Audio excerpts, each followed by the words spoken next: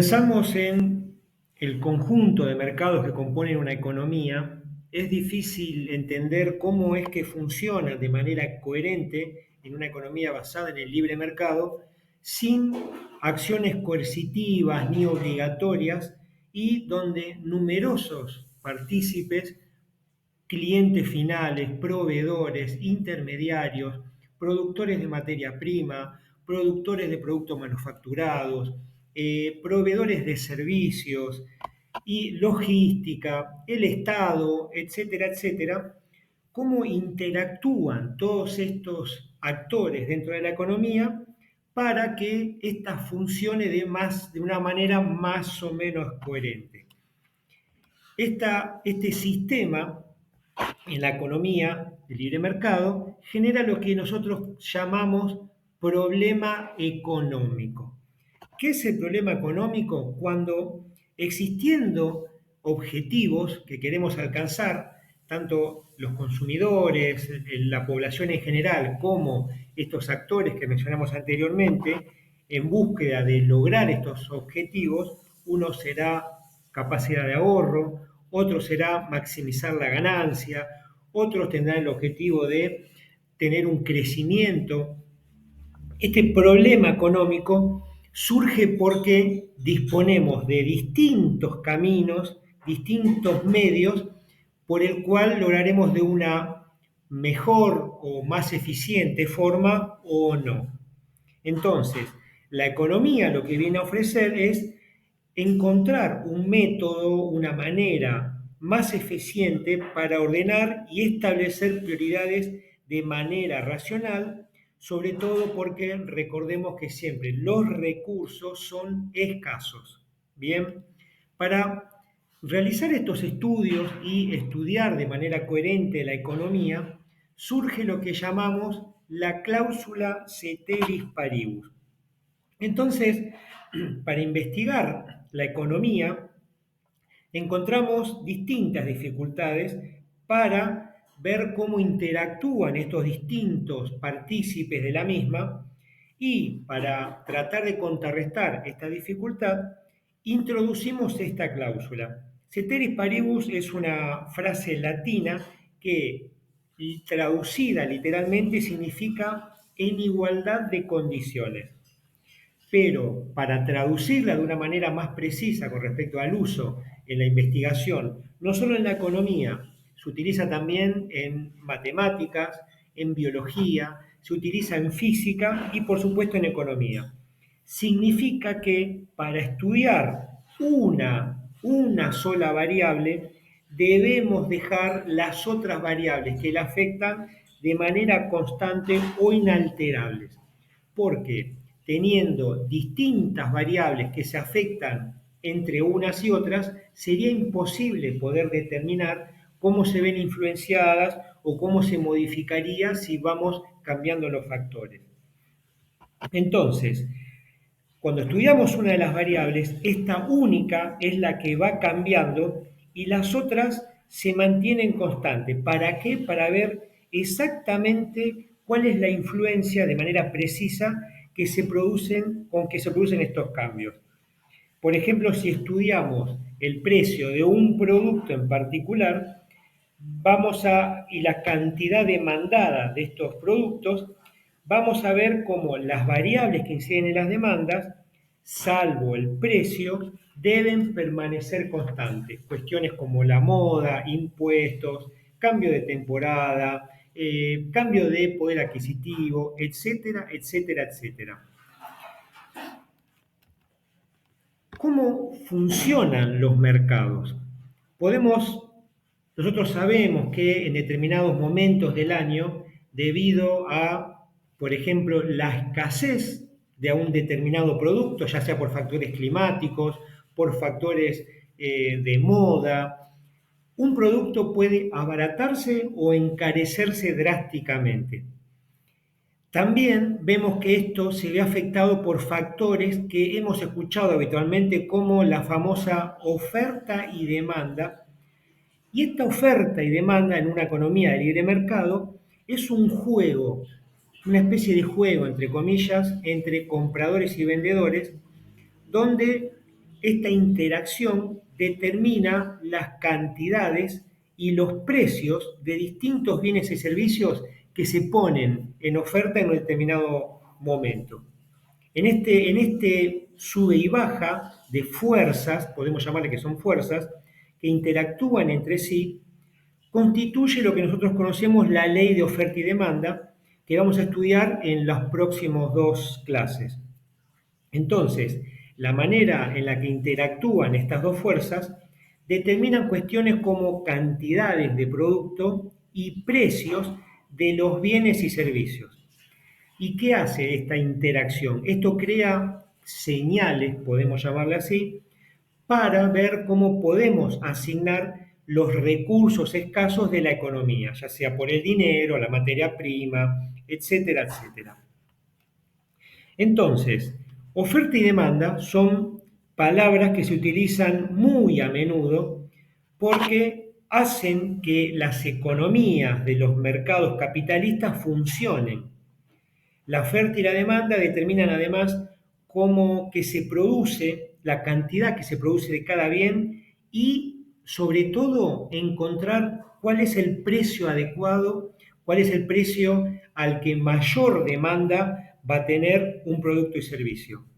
Entonces, si decimos que todo mercado es un organismo social, una institución social, donde bienes y servicios se ponen a disposición del público, también, por supuesto, los factores productivos, para satisfacer necesidades que estas personas van a adquirir.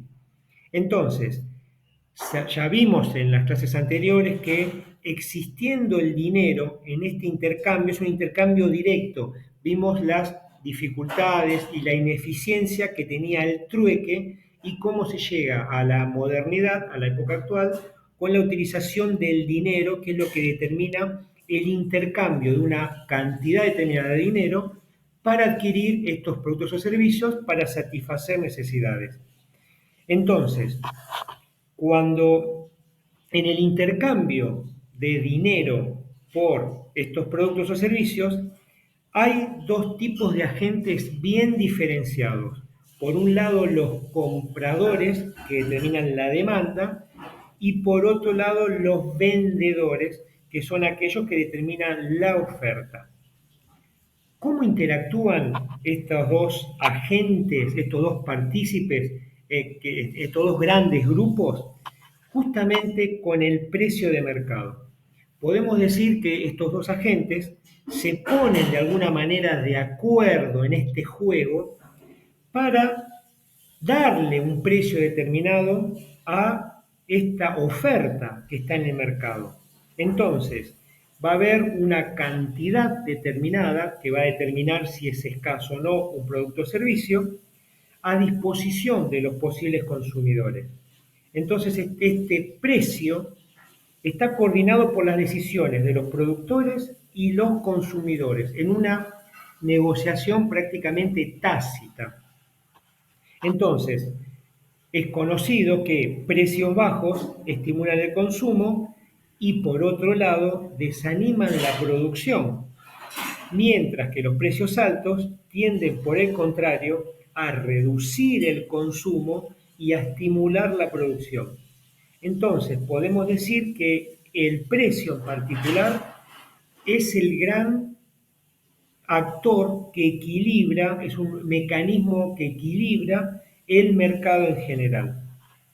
Entonces, si fijamos precios para todos los bienes, el mercado permite una especie de coordinación entre compradores y vendedores.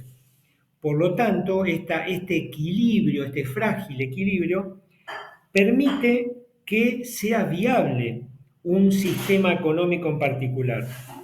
Cuando ya tenemos numerosos ejemplos, por ejemplo, la ley de alquileres, cuando se interfiere en esta libre negociación entre compradores y vendedores, el problema que genera es que interfiere y alguno de los agentes se va a ver perjudicado y por lo tanto la economía tiende a paralizarse. Entonces, puede producir, por ejemplo, escasez de un producto en relación a un precio fijado Y en ese momento, cuando escasea un producto, van a aparecer los mercados negros. Cuando aparecen los mercados negros, lo vimos en la ley de alquileres, cuando se dejan de, escasean los inmuebles para alquiler. Recuerden que estaba prohibido alquilar en dólares, sin embargo podíamos ver, cuando se sancionó la ley de alquileres, que era común ver avisos de inmuebles que se publicaban en dólares, lo cual estaba expresamente prohibido por la ley. Pero la gente, en la desesperación por encontrar un lugar donde vivir, accedía a pagar en dólares para poder mudarse. La ley de la oferta y la demanda, ¿de qué se trata esta famosa ley de la oferta y la demanda? Es como dijimos que es la interacción, este delicado equilibrio que determina exclusivamente el precio. ¿Y qué dice? Es la ley básica de la economía capitalista. ¿Qué dice? Es que explica cómo la cantidad de un producto que los vendedores desean o están dispuestos a comercializar determina la oferta, y la cantidad que los consumidores, clientes, compradores determinan la demanda, se ve modificado por el precio, exclusivamente por el precio de ese producto.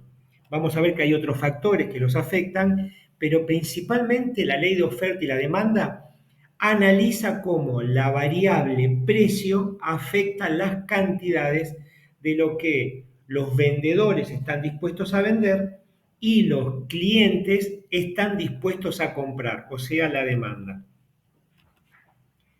Para empezar vamos a ver la demanda, cómo se representa gráficamente la demanda en dos ejes cartesianos. Podemos ver en el eje de las X la cantidad y en el eje de las Y el precio. Vemos cómo una variación en el precio de un producto, vemos que la curva es inversamente proporcional. ¿Qué quiere decir? Que a mayor precio va a bajar la demanda.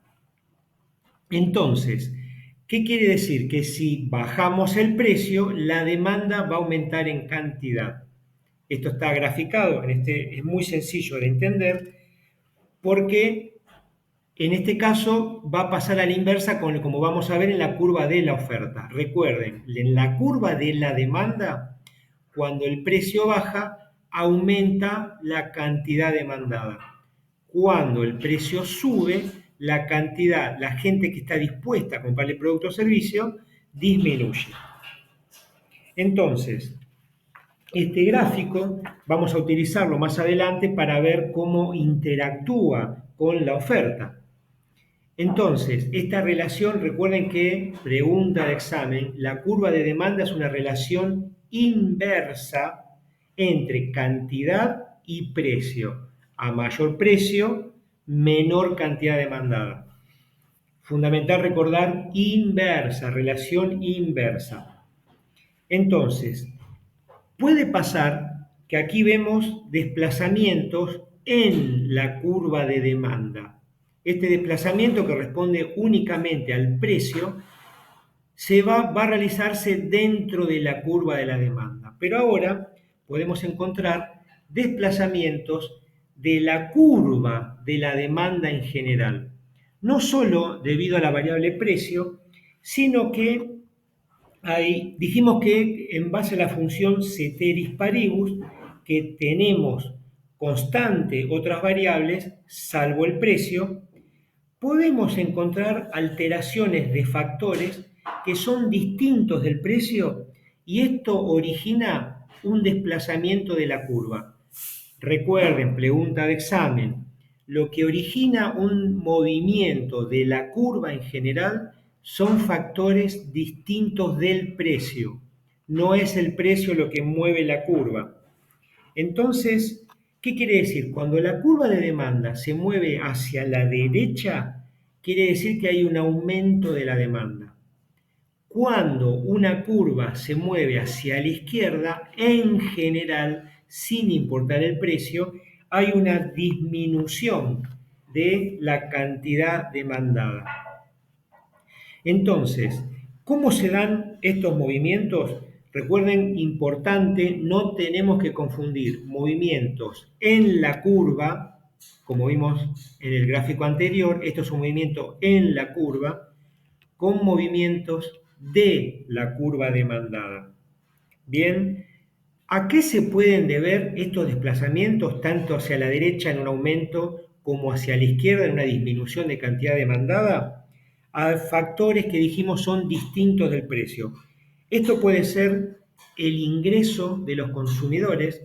Supongamos que un precio se mantiene constante, pero de repente vemos que la cantidad demandada aumenta. Esto puede deberse a que mejoró el ingreso de los consumidores de este determinado producto o servicio, o por el contrario, si se mueve hacia la izquierda es porque disminuyó o hubo una devaluación o una pérdida de poder adquisitivo y a un mismo precio la curva en general se mueve hacia la izquierda. Bien, no es un punto, es la curva en general. También puede tener que ver con los precios de bienes relacionados. Lo hemos hablado en clase, supongamos cuando hay épocas de crisis económica y se reduce drásticamente el consumo de carne vacuna. El público en general, buscando otra proteína para alimentar a sus familias, busca refugiarse en proteína más económica, como la carne de pollo, la carne de cerdo, etc.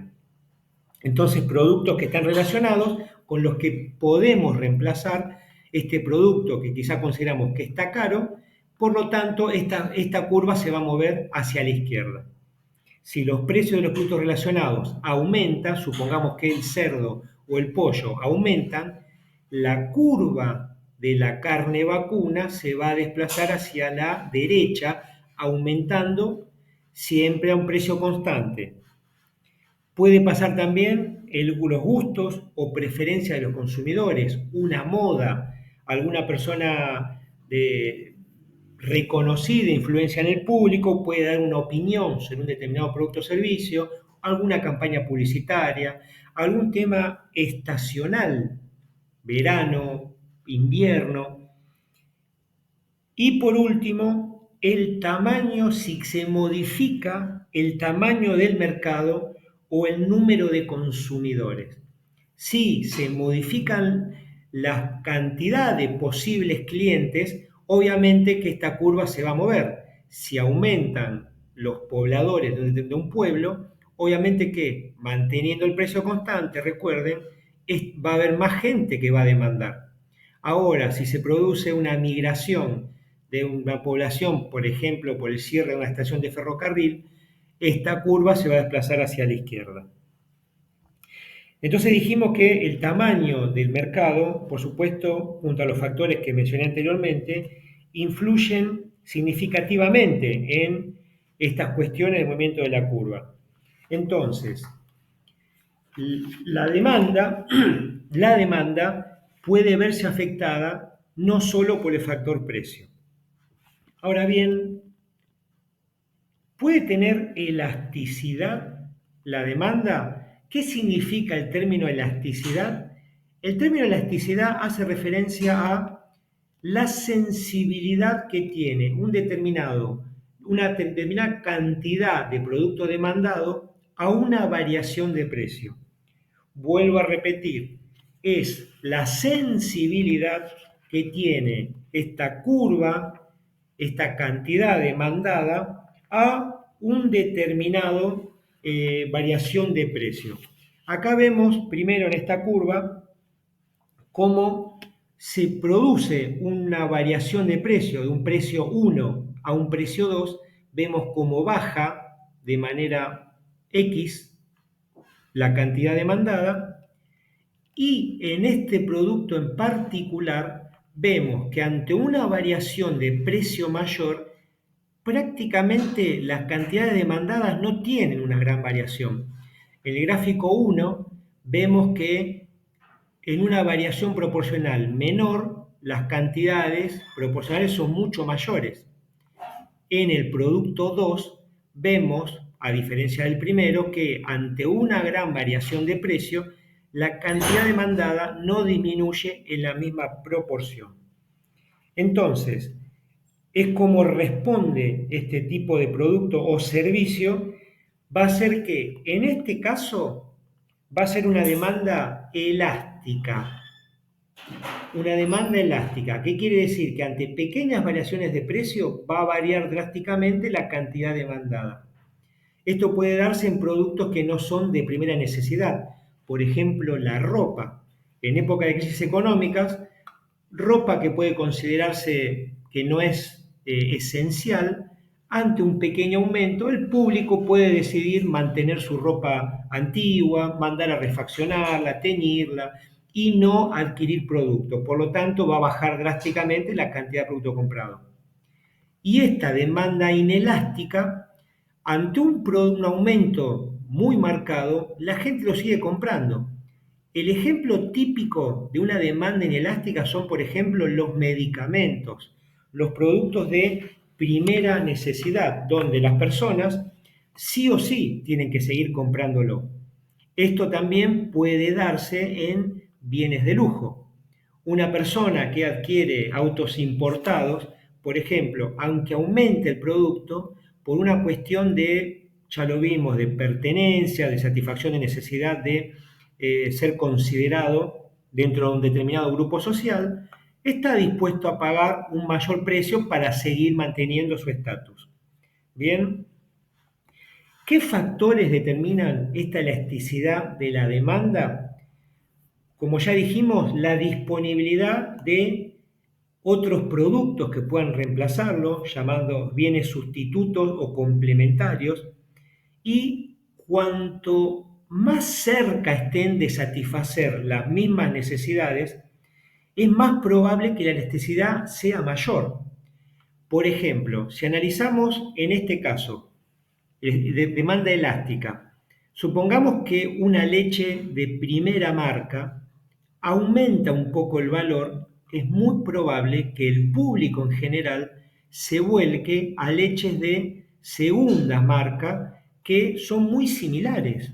Cambia solamente en su publicidad, en su envase, pero obviamente la gente va a decir, bueno, en vez de comprar una marca de primera línea, es leche. Compro otra marca de un menor valor, por lo tanto, la curva de demanda de esta leche en particular de determinada marca va a ser muy elástica. Ahora bien, si tenemos un medicamento en particular que no tiene sustituto, es una marca única, una especie de monopolio, sí va a poder aumentar sus valores. Esto se vio, por ejemplo, cuando se liberó el precio de la medicina prepaga y como son pocos actores, pocos proveedores de medicina prepaga, ¿qué pasó? Se pusieron de acuerdo entre sí los 3 o 4 actores mayoritarios y aumentaron los precios drásticamente, con lo cual el gobierno se vio obligado otra vez a forzarlos a bajar los valores porque no tenían una relación con la inflación. También esto puede haberse afectado por los ingresos de las personas, como el poder adquisitivo de las personas puede hacer variar estas cantidades demandadas, la necesidad. A medida que un bien es más necesario, como los medicamentos, más inelástica va a ser la curva. Sin importar cuánto sea el precio, van a hacer todo lo posible para seguir adquiriendo este producto o servicio. Cuanto la duración en los cambios, cuanto más sostenido es el cambio de precio en un bien, probablemente mayor sea su elasticidad, ya que cuanto más se sostenga este aumento de precio, los consumidores van a buscar otros bienes sustitutos, por ejemplo, si aumentan el combustible. La gente va a empezar a buscar medios de transporte más cómodos, hacer pools con conocidos que viajan en un mismo auto, viajan en ferrocarril, en bicicleta, etcétera, etcétera. Como la fidelidad a una marca también puede determinar esta elasticidad y a veces quién paga por el producto. Por ejemplo, si nosotros pagamos con nuestra tarjeta personal un hotel y este hotel aumenta sus precios, es muy probable que nosotros busquemos otro hotel u otro tipo de habitación temporal para bajar nuestros costos. Ahora, si nosotros estamos con una tarjeta corporativa, porque nuestra empresa donde trabajamos nos envía por trabajo, como lo paga la empresa, a mí no me va a importar si el hotel aumenta de valor, me da exactamente lo mismo. Voy a ir a un hotel que me guste. Muchas gracias por su atención y continuaremos en el próximo video.